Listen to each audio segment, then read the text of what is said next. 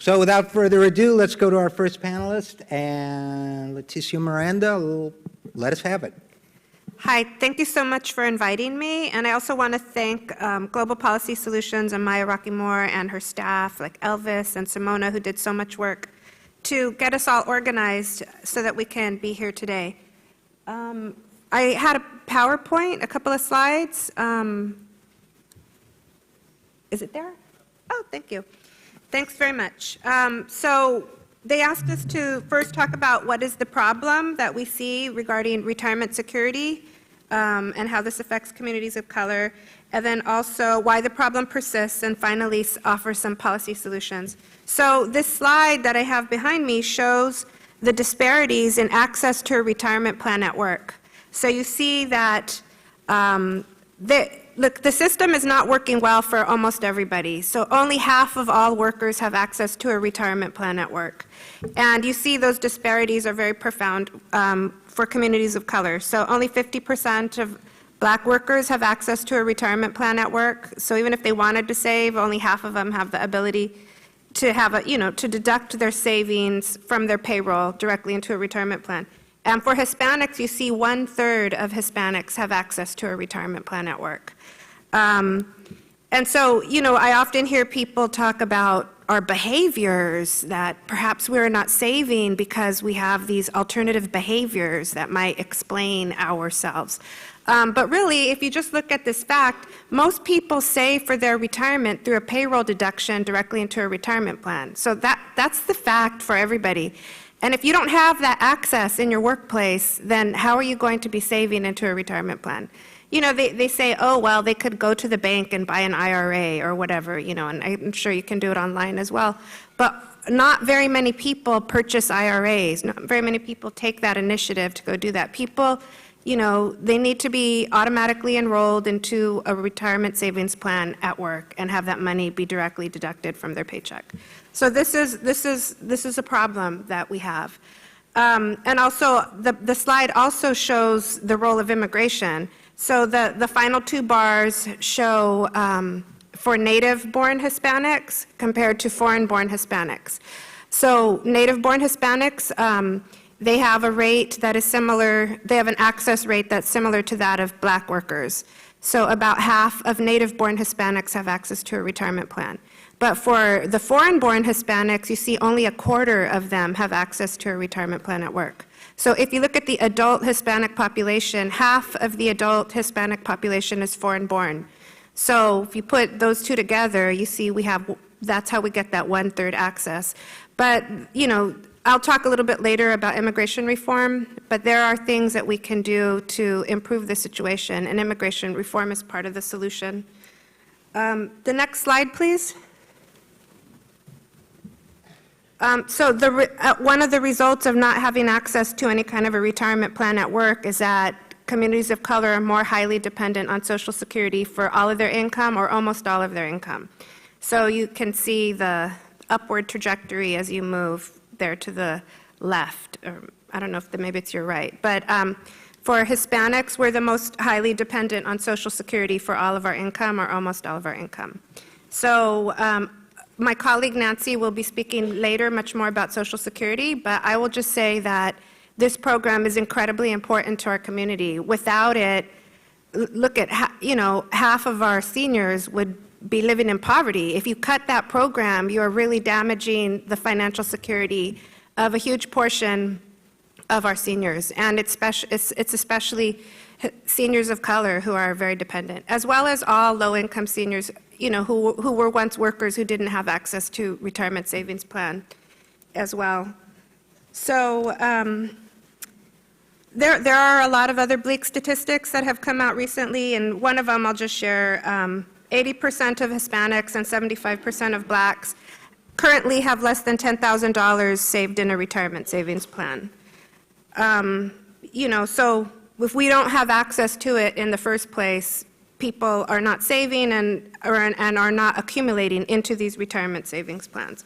Although, very many people are saving in their own, different ways, in banks and through other ways of saving, but not necessarily for retirement. So what is driving some of these low rates of access?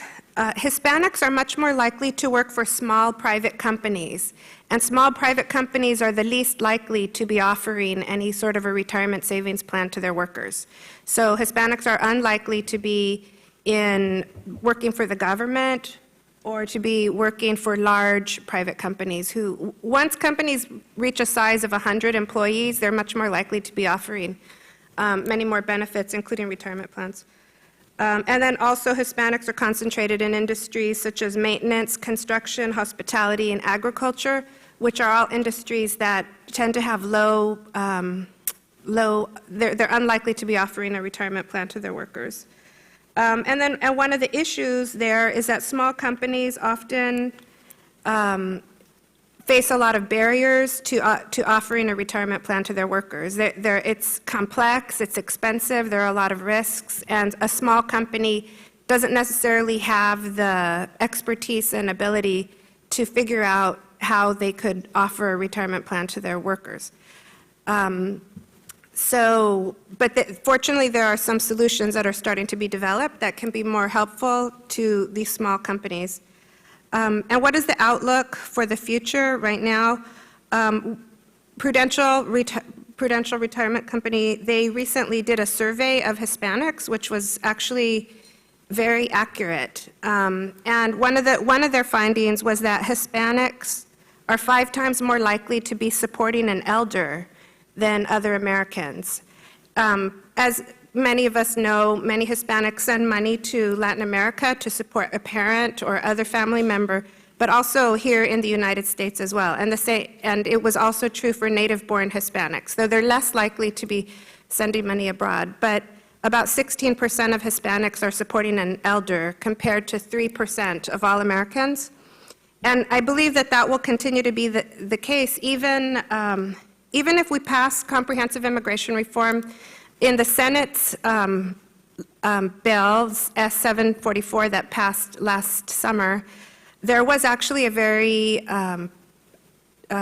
negative provision, an amendment that was put in by Senator Hatch, that said that all of the Social Security contributions that have been given by all these undocumented workers, that these workers would not get any credit for all of the contributions that they've already made. So they'd get a bunch of zeros for their earning history, even if they got legal status through the bill.